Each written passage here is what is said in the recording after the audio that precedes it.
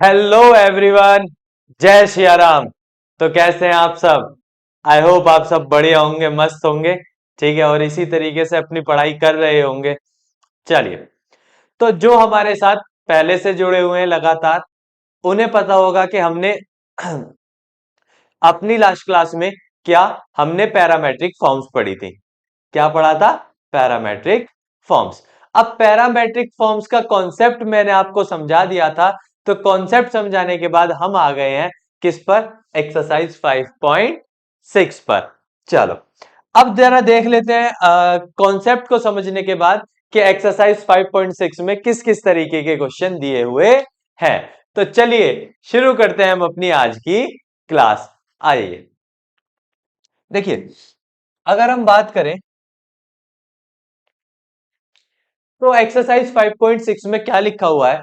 लिखा हुआ है if X and Y are connected parametrically by the equations given in the exercise 1 to 10 without eliminating the parameter find dy by dx। बिना parameter को eliminate करे किसकी value बताओ? dy by dx की value बताओ। तो कोई दिक्कत नहीं है, dy बाई dx की वैल्यू बता देंगे। क्वेश्चन नंबर फर्स्ट दिया हुआ है x equals to 2at square and y equals to 84। चलो,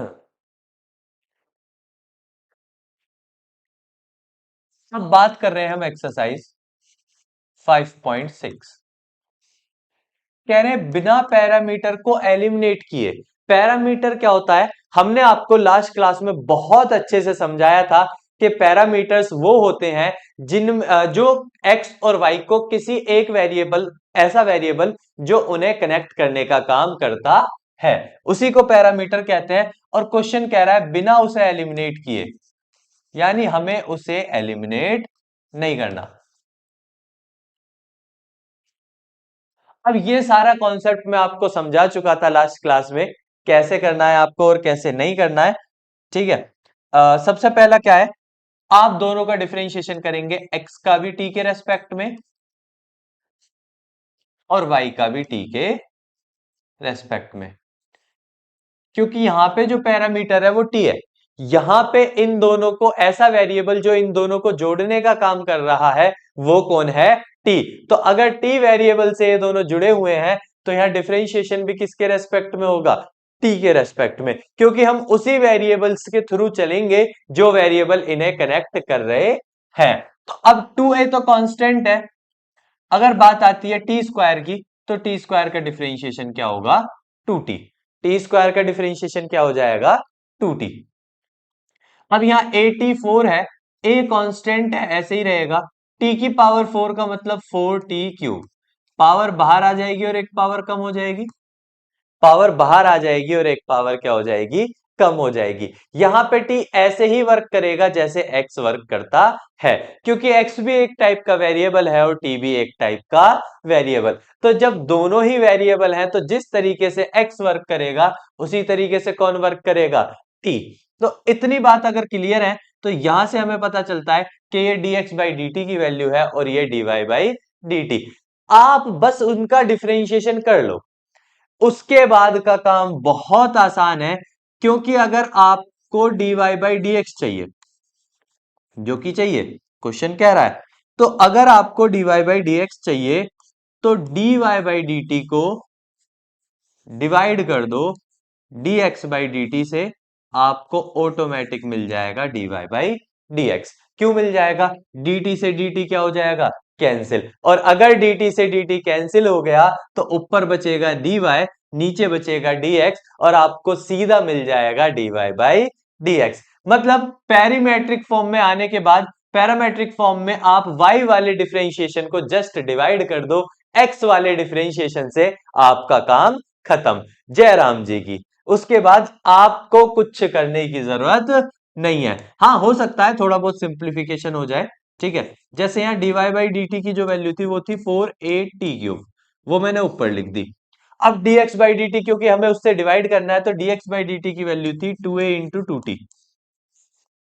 2 2 जा 4, a से a कटा, एक t से एक t की पावर कटी, तो यहां ऊपर t की पावर क्या बच गई? 2 बच गई। और यही आपका क्या हो जाएगा? आंसर। यही आपका क्या हो जाएगा, आंसर। तो मतलब पैरामेट्रिक फॉर्म्स में आपको कुछ खास ज्यादा करने की जरूरत नहीं है। दोनों का डिफरेंशिएशन करो अलग अलग, और y वाले डिफरेंशिएशन को डिवाइड कर दो x वाले डिफरेंशिएशन से, आपका dy बाई डी एक्स आ जाएगा, और dy बाई डी एक्स की वैल्यू आपकी निकल जाएगी, जो भी आनी होगी, जो भी आएगी। ठीक है, वो तो डिपेंड करता है क्वेश्चन क्या है। इस तरीके से आप उस क्वेश्चन को अटेम्प्ट कर सकते हैं, उस क्वेश्चन को अप्रोच कर सकते हैं, और अप्रोच करने के बाद तो क्वेश्चन पूरा ही कर लोगे आप। हाँ, क्वेश्चन, चलो क्वेश्चन नंबर 2 पढ़े एक बार। हाँ, क्वेश्चन नंबर 2 देखें। चलो देखते हैं क्वेश्चन नंबर 2 क्या दे रहा है। कह रहा है x की वैल्यू a cos थीटा और y की वैल्यू b cos थीटा है। x की वैल्यू a cos थीटा है और y की वैल्यू b cos थीटा है। कोई दिक्कत नहीं है। x की वैल्यू क्या है, a cos थीटा, y की वैल्यू क्या है, b cos थीटा। अब अगर यहां देखो तो यहां x और y दोनों को एंगल थीटा पे ब्रेक कर रखा है। क्यों? क्योंकि यहां ट्रिग्नोमेट्रिक फंक्शंस है दोनों में, और ट्रिग्नोमेट्रिक फंक्शन किस एंगल पर बेस्ड है, थीटा पर। इसीलिए यहां जो पेरीमीटर वर्क कर रहा है, जो इन दोनों के लिए पैरामेट्रिक फॉर्म का पेरीमीटर वर्क कर रहा है, वो आपका कौन है, थीटा। अब थीटा अगर इनका पैरामीटर है, तो चलो बिना इसे एलिमिनेट किए इसी के रेस्पेक्ट में करते हैं दोनों का डिफरेंशिएशन। दोनों का डिफरेंशिएशन करके देखते हैं आखिर क्या आ रहा है। तो चलो, हमने x का करा थीटा के रेस्पेक्ट में। x का जब थीटा के रेस्पेक्ट में करेंगे, एक कांस्टेंट है, ऐसे ही रहेगा।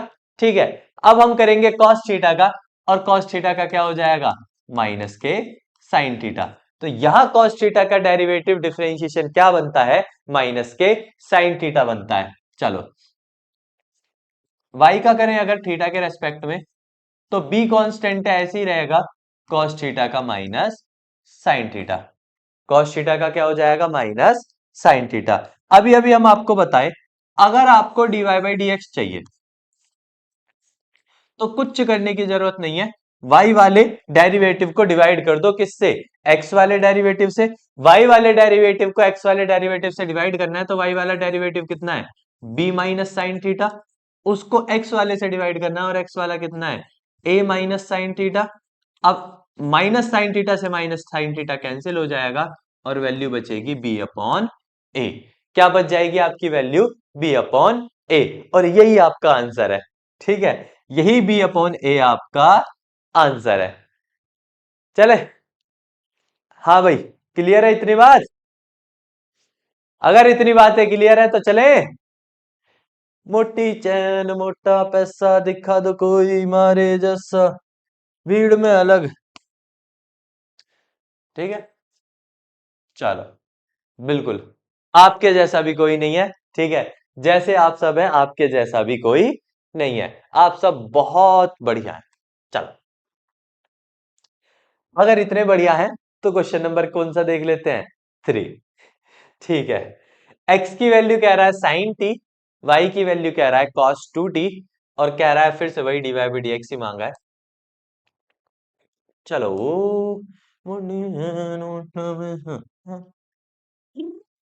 चलो जी, कह रहा है x की वैल्यू तो साइन टी है, लेकिन y की वैल्यू कॉस 2t है। x की वैल्यू साइन टी है, लेकिन y की वैल्यू क्या है, कॉस 2t। अब x की वैल्यू साइन टी है और y की कॉस 2t है, इसका मतलब यहां पेरीमीटर कौन वर्क कर रहा है, t। इन दोनों के लिए कौन पेरीमीटर वर्क कर रहा है, t। अगर t आपका पेरीमीटर है, तो यानी आपको डिफरेंशिएशन किसके रेस्पेक्ट में करना है, t के रेस्पेक्ट में। अब t के रेस्पेक्ट में दोनों का डिफरेंशिएशन देख लेते हैं। x का डिफरेंशिएशन t के रेस्पेक्ट में, तो साइन टी चेंज होके क्या हो जाएगा, cos t. Sine t change होके क्या हो जाएगा, कॉस टी। अब y का डिफरेंशिएशन t के रेस्पेक्ट में, अब कॉस है, कॉस का डिफरेंशिएशन माइनस साइन 2t हो जाएगा, और फिर 2t का करेंगे तो क्या आ जाएगा, 2। तो कॉस का करेंगे तो माइनस साइन 2t, और फिर 2t का करेंगे तो 2 बच जाएगा, क्योंकि t का डिफरेंशिएशन 1 होता है। मैंने कहा ये बिल्कुल उसी तरीके से डिफरेंशिएट होंगे जैसे कौन होते हैं, x। क्योंकि x भी एक वेरिएबल है और यहां पर t भी हमारा एक वेरिएबल है, तो ऐसे होगा। अब हमें चाहिए dy by D x.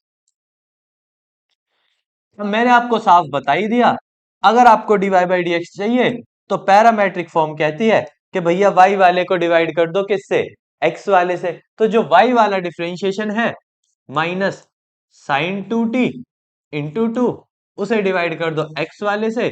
x वाला डिफरेंशिएशन क्या है, cos t। x वाला डिफरेंशिएशन क्या है, cos t। अब चाहो तो इसे थोड़ा सा सिंप्लीफाई कर सकते हो, जैसे कि साइन 2t की आइडेंटिटी होती है, साइन 2t की क्या होती है आइडेंटिटी, साइन 2 थीटा की आइडेंटिटी होती है 2 sine theta cos theta. Into में 2 है अपॉन कॉस टी है, कॉस टी से कॉस टी कट जाएगा, 2 2 जा 4 हो जाएगा, तो ये हो जाएगा माइनस के 4 साइन टी। इसे थोड़ा सा सिंप्लीफाई और किया जा सकता है, और सिंप्लीफाई करके ये आपका आंसर आ जाएगा। इतना ज्यादा भी सिंप्लीफिकेशन नहीं है, सॉरी, इतना ज्यादा भी सिंप्लीफिकेशन नहीं है, बस थोड़ा ही सिंप्लीफिकेशन है। एक ही आइडेंटिटी लगी है साइन 2 थीटा की, जो कि होती है 2 साइन थीटा कॉस थीटा। इतना तो बनता है यार, इतना तो चलता है, ठीक है। अब इतना चलता है तो हमें भी आगे चलना पड़ेगा। चलो तो, अगर आपको क्वेश्चन नंबर 3 समझ आया है तो हम चलते हैं क्वेश्चन नंबर 4 पर। जरा देखते हैं क्वेश्चन नंबर 4 हमसे क्या कह रहा है। एक बार जल्दी से क्वेश्चन नंबर 4 समझने की कोशिश करते हैं कि what what are question number 4, what is। तो क्वेश्चन नंबर 4 है, x की वैल्यू 4t है और y की वैल्यू 4 अपॉन टी। x की वैल्यू 4t है और y की वैल्यू है 4 अपॉन टी। कोई बात नहीं, x की वैल्यू 4t है और y की वैल्यू है 4 upon T.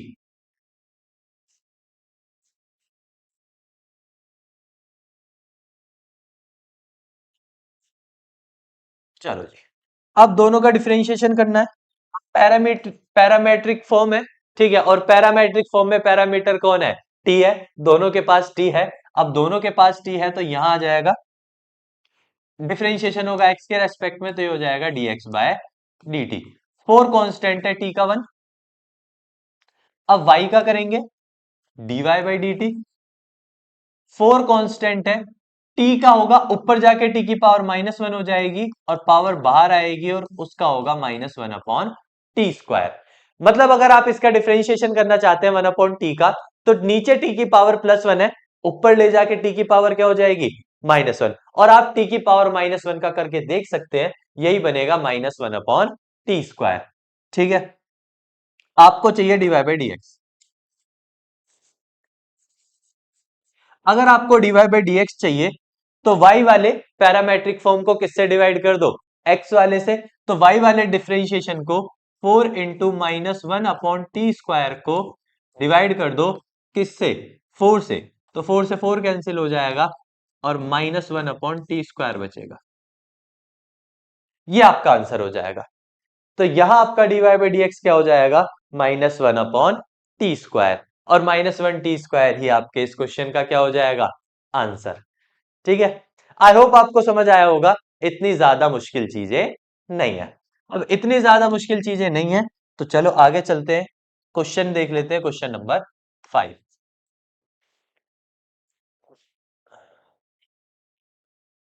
Question number 5, question number 5 में कह रहा है x होगा cos theta minus cos 2 theta, y होगा sin theta minus sin 2 theta.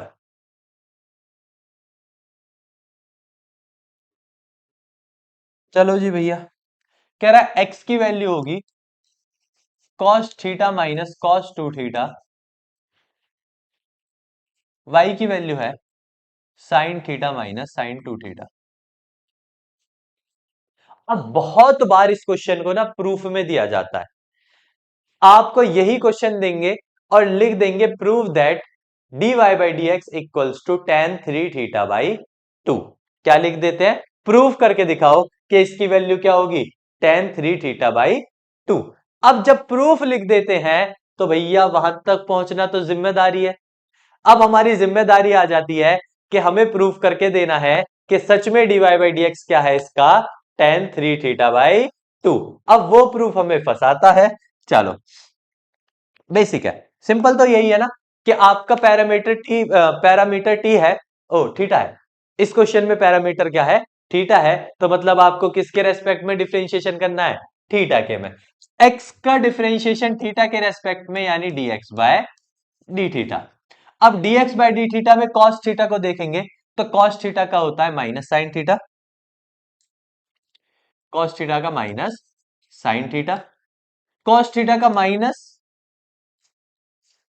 Sign 2 theta और 2 थीटा का 2। उसी तरीके से y का होगा थीटा के रेस्पेक्ट में, साइन थीटा का cos थीटा हो जाएगा, साइन 2 थीटा का cos 2 थीटा, 2 थीटा का 2। इस तरीके से वैल्यू बच रही है, ठीक है। अब अगर ये वैल्यू बची तो आपको चाहिए dy बाई डी एक्स, क्या चाहिए आपको, dy बाई डी एक्स। अब अगर हम dy बाई डी एक्स की बात करें तो dy बाई डी एक्स क्या हो जाएगा, y वाली वैल्यू ऊपर और x वाली वैल्यू नीचे। तो y वाली वैल्यू क्या है, cos theta minus cos 2 theta into 2, और नीचे वाली वैल्यू है minus sine theta plus sign 2 theta into 2। अब अगर आप इस क्वेश्चन को ध्यान से देखें तो ज्यादा से ज्यादा आप आइडेंटिटी लगा सकते हैं, ठीक है, और आइडेंटिटी लगाने के बाद उसे सिंप्लीफाई कर सकते हैं।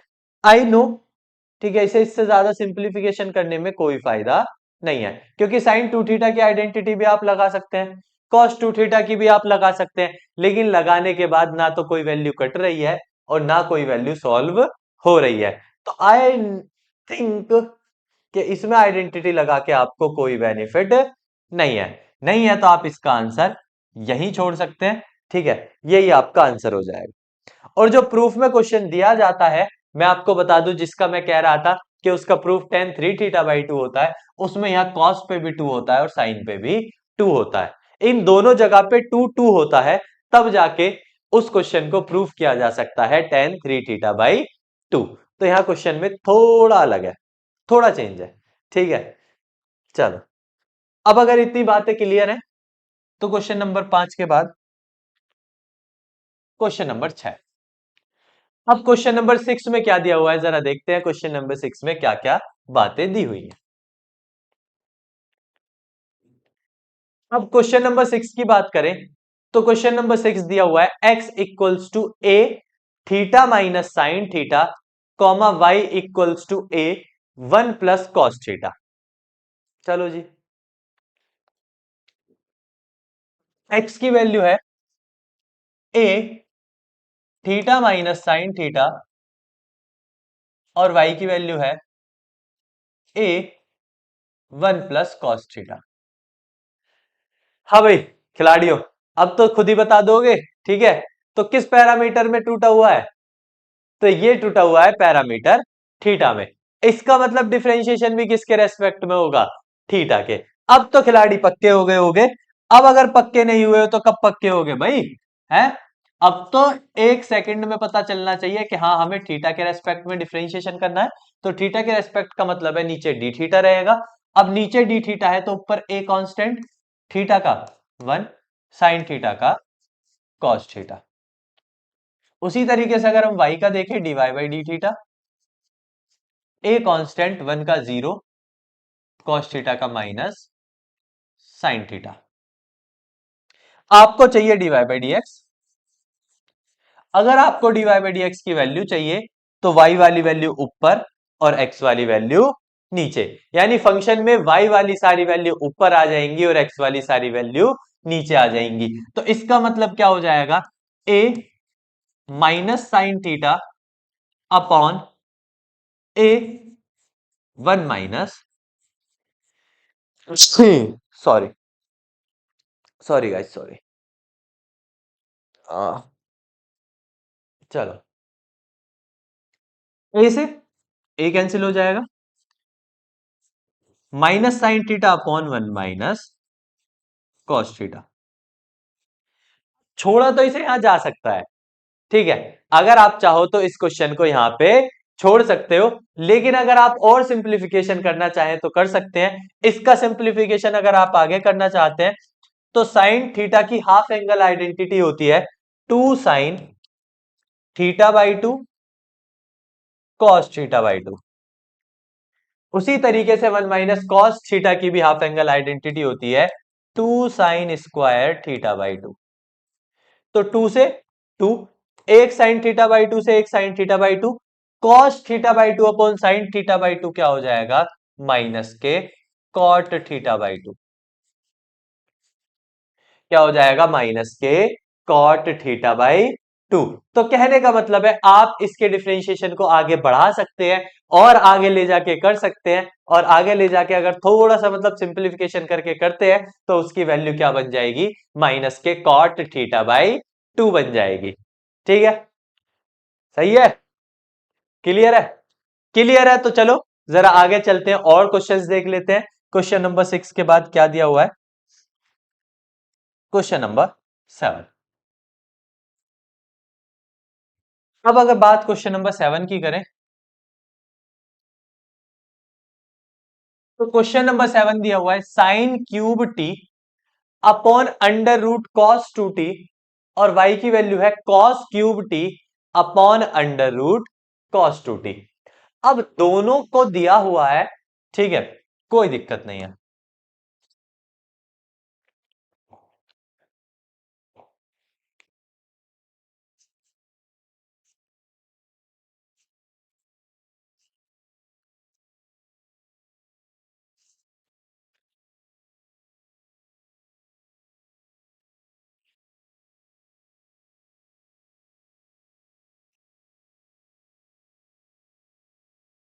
अब अगर मैं बात करूं क्वेश्चन नंबर 7 की, एक नंबर का धांसू क्वेश्चन, जिसे कहते हैं एक नंबर का धाकड़ क्वेश्चन, क्वेश्चन नंबर 7।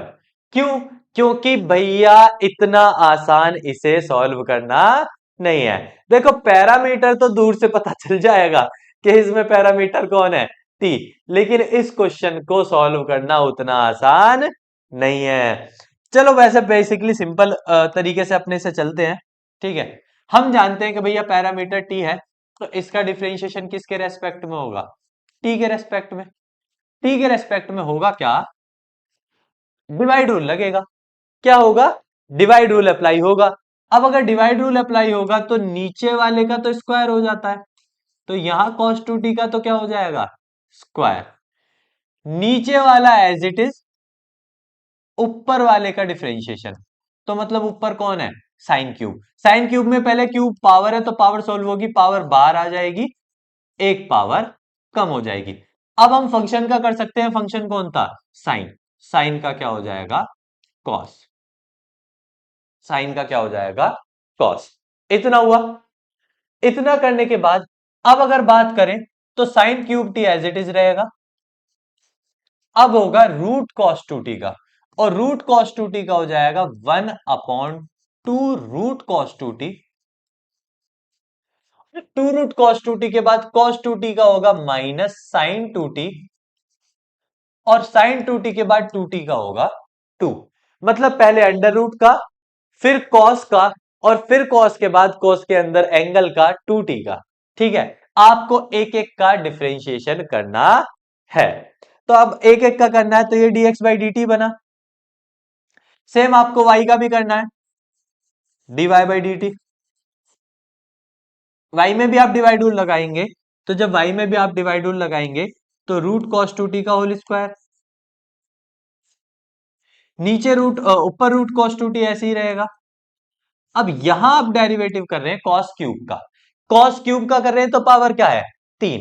तो पहले डिफरेंशिएशन किसका, पावर का। पावर का डिफरेंशिएशन करने का तरीका, पावर बाहर आ जाएगी और एक पावर कम हो जाएगी, यानी cos पे से 3 बाहर आ जाएगा और पावर में cos पे कौन होगा, 2। पावर बाहर आ जाएगी और एक पावर कम। फिर हम cos का कर सकते हैं फंक्शन का, जो कि क्या होता है, माइनस का sin t, जो कि क्या है, माइनस का sin t। माइनस माइनस लगाने के बाद cos³ ऐसे ही रहेगा। √cos2t का होगा तो रूट का होगा 1/2 √cos2t। पहले रूट का करेंगे, रूट का होता है 1/2 अंडर रूट, ठीक है। ये सारी बातें मैं आपको समझा चुका हूं, बता चुका हूं।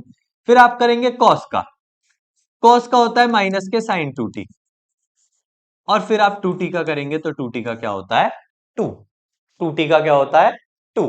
अब ये dx बाई डी टी और dy बाई डी टी है, आपको चाहिए dy बाई dx। अब मैंने इसीलिए आपको कहा dy बाई dx इसमें इतना आसान नहीं है, जैसा दिखाई दे रहा है वो उतना आसान नहीं है।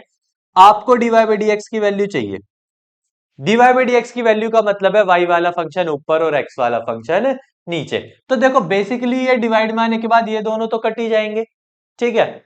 डिवाइड में आने के बाद सीधा सीधा है कि ये दोनों वैल्यू आपस में कट जाएंगी, ठीक है। इतनी बात समझ आती है। अब अगर इतनी बात समझ आती है तो ये भी समझ लो, क्या क्या क्या बच गया, चलो जो बच गया लिख देते हैं, तो आपस में कट ही गए। जो बच गया पहले उसको लिखते हैं, root cos 2t into 3 sin² t cos t. Oh Y वाली वैल्यू ऊपर लिखनी है ना, हम एक्स वाली लिख रहे हैं।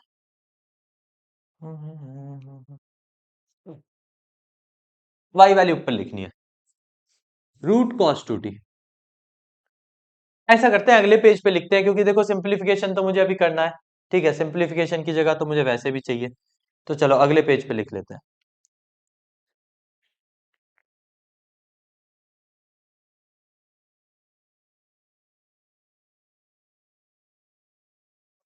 हम्म,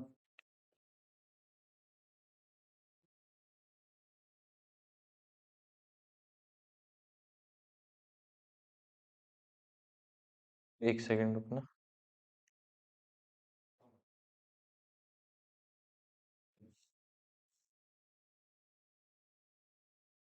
छोड़ो, ठीक है। अब हम क्या करते हैं, इसको अगले पेज पे लिख लेते हैं। हमें चाहिए dy बाई dx, क्या चाहिए हमें dy बाई dx। अब dy बाई dx का मतलब क्या है, y वाली वैल्यू ऊपर जाएगी फंक्शन में और x वाली वैल्यू नीचे रहेगी। तो y वाला डेरिवेटिव अगर ऊपर होगा तो y वाला डेरिवेटिव क्या है, root cos 2t 3 cos² t minus sine t minus cos³ t into 1/2 root cos 2t,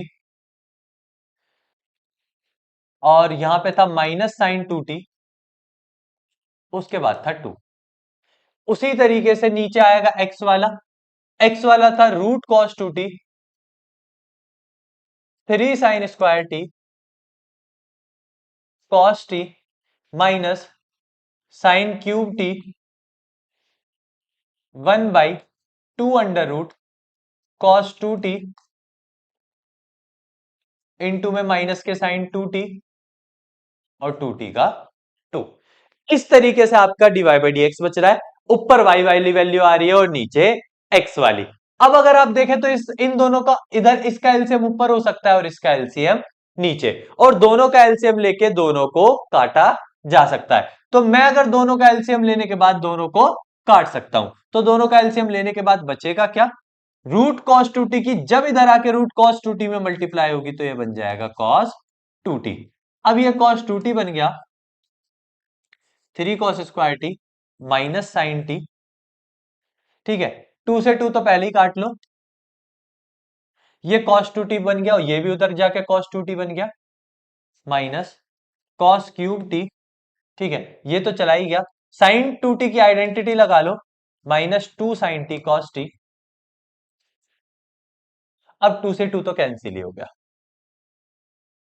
अब अगर आप इसे देखें तो यहां से भी जब एलसीएम होगा तो रूट की रूट में मल्टीप्लाई होगी, तो जब ये दोनों सेम रूट की आपस में मल्टीप्लाई होगी तो इन पे से रूट कैंसिल हो जाएगा। तो रूट कैंसिल होने के बाद क्या बचेगा, cos 2t 3 sin² t cos t minus sin³ t, यहां पे sin 2t की आइडेंटिटी लग जाएगी माइनस के 2 sin t cos t। अब जरा देखो क्या क्या कॉमन है। अगर मैं ऊपर से देखूं तो ऊपर से कॉमन हो सकता है कॉस स्क्वायर साइन टी। क्या कॉमन हो सकता है ऊपर से? Cos square sine T. नीचे से हो सकता है साइन स्क्वायर कॉस टी। तो कॉमन कर लो कॉस स्क्वायर साइन टी। तो cos square sine T common हो जाएगा, तो ये बचेगा 3 cos 2t। Cos square sine T तो चला गया ना, वो भी माइनस का, वो भी माइनस का, माइनस माइनस ये प्लस हो जाएगा। साइन टी चला गया, कॉस स्क्वायर चला गया, तो 2 कॉस स्क्वायर टी बचेगा। क्या बचेगा? 2 कॉस स्क्वायर टी। अब नीचे से कॉमन आ गया sine square T cos T. क्या कॉमन आ गया नीचे से? Sine square T cos T. तो यहां बचेगा 3 कॉस 2t प्लस ये माइनस माइनस प्लस हो जाएगा 2 साइन स्क्वायर टी। अब होगा क्या? एक साइन से एक साइन कट जाएगा, एक कॉस से एक कॉस। ठीक है, एक साइन से एक साइन कट जाएगा, एक कॉस से एक कॉस कट जाएगा। तो यहां पे बचा हुआ है एक कॉस, यहां पे बचा हुआ है एक साइन। तो कॉस अपॉन साइन लिख दो, या उसे ऐसे ही लिख दो cos t minus 3 cos 2t plus 2 cos square T upon sine T 3 cos 2t plus के 2 साइन स्क्वायर टी। अभी इसका सिंप्लीफिकेशन अगर मैं अकॉर्डिंग टू आंसर कहूं, तो अभी इसका सिंप्लीफिकेशन आधा हुआ है। ठीक है, लेकिन आप हाँ यहां तक आंसर छोड़ सकते हैं, यहां तक आंसर छोड़ने में कोई प्रॉब्लम नहीं है।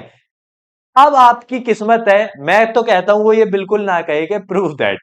ठीक है, क्वेश्चन में कहे find d y by D x, और अगर आपको find d y by D x कहता है तो आप यहां तक सफिशियंट कर सकते हैं। बाकी इसके आगे करना है तो दोनों में ऊपर नीचे लगेगी cos 2t की आइडेंटिटी। दोनों में ऊपर नीचे cos 2t की आइडेंटिटी लगने के बाद ये आगे सॉल्व होगा, फर्दर सॉल्व होके आप पहुंचेंगे इसके आंसर पर। लेकिन आप इतना ही कर सकते हैं, ठीक है, क्योंकि जनरली इसे प्रूफ में नहीं दिया जाता। मतलब बहुत रेयर है कि आपको कहे कि प्रूफ करो, इसकी जो आंसर होता है वो होता है cot थीटा बाई 2। ठीक है, वैसे मैंने जनरल आंसर बता दिया, लेकिन आप यहां तक कर सकते हैं। और आप में से जो इसका कंप्लीट करना चाहते हैं, जो चाहते हैं कि नहीं भाई हमें तो सिंप्लीफिकेशन कंप्लीट करना है, तो वो यहां ऊपर नीचे cos 2t की आइडेंटिटी लगा सकते हैं। यहां cos 2t की आइडेंटिटी लगाएं cos स्क्वायर वाली, यहां cos 2t की आइडेंटिटी लगाएं साइन स्क्वायर वाली, क्योंकि ऊपर cos स्क्वायर में है और नीचे साइन स्क्वायर में है। तो आइडेंटिटी लगा के उसे आगे फर्दर कर सकते हैं। ज्यादा नहीं, 2-4 स्टेप्स और होंगे, उसके बाद आपका आंसर आ जाएगा। तो यहां तक आप कर सकते हैं। आई होप आपको ये समझ आया होगा। अगर आपको ये समझ आया है तो आज हमने क्वेश्चन 1 to 7 डिस्कस किए। ठीक है, आज के लिए इतना ही। बाकी बाकी हम पढ़ेंगे अपने आगे आने वाली क्लासों में। ठीक है, कि आगे वाली क्लासों में कि कैसे क्या फंक्शन होता है और कैसे कैसे हम उसे कर सकते हैं। ठीक है, और रही बात इसकी, तो ये सारा का सारा नोट्स में आपको, जो क्वेश्चन 1 to 7 है, कुछ एरर आ रहा है, क्वेश्चन 1 to 7 के सारे नोट्स में आपको दे दूंगा नेक्स्ट क्लास में, जब मैं इसके आगे के सारे क्वेश्चंस लेके आऊंगा आपके लिए। तो तब तक के लिए आप मुस्कुराते रहिए, समझते रहिए, पढ़ते रहिए और जुड़े रहिएगा हमारे साथ। ठीक है, और बस तब तक के लिए अपना ध्यान रखिए। फिर मिलेंगे हम आपसे अगली क्लास में। जय श्री राम।